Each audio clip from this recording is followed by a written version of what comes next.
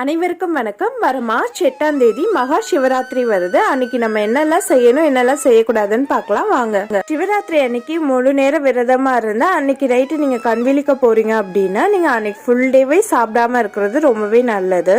விரதம்ங்கிறது ஒருத்தவங்களோட உடல்நிலையை பொறுத்து, அதனால நீங்க முழு ஆரோக்கியத்தோட இருக்கீங்கன்னா நீங்க முழு நேரம் சாப்பிடாம இருக்கலாம். அப்படி இல்லைன்னா கோயில்ல கொடுக்குற பிரசாதம் மட்டும் சாப்பிட்டுட்டு கூட நீங்க விரதமா இருக்கலாம்.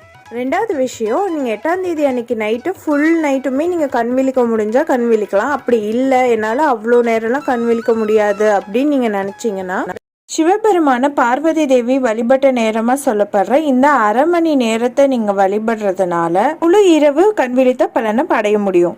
அந்த அரை மணி நேரம் எதுன்னு கேட்டீங்கன்னா 11:45 12:15 வரையும் இருக்கிற அந்த அரை மணி நேரமாவது நீங்க கண் விழிச்சு இறைவனை வழிபடணும்.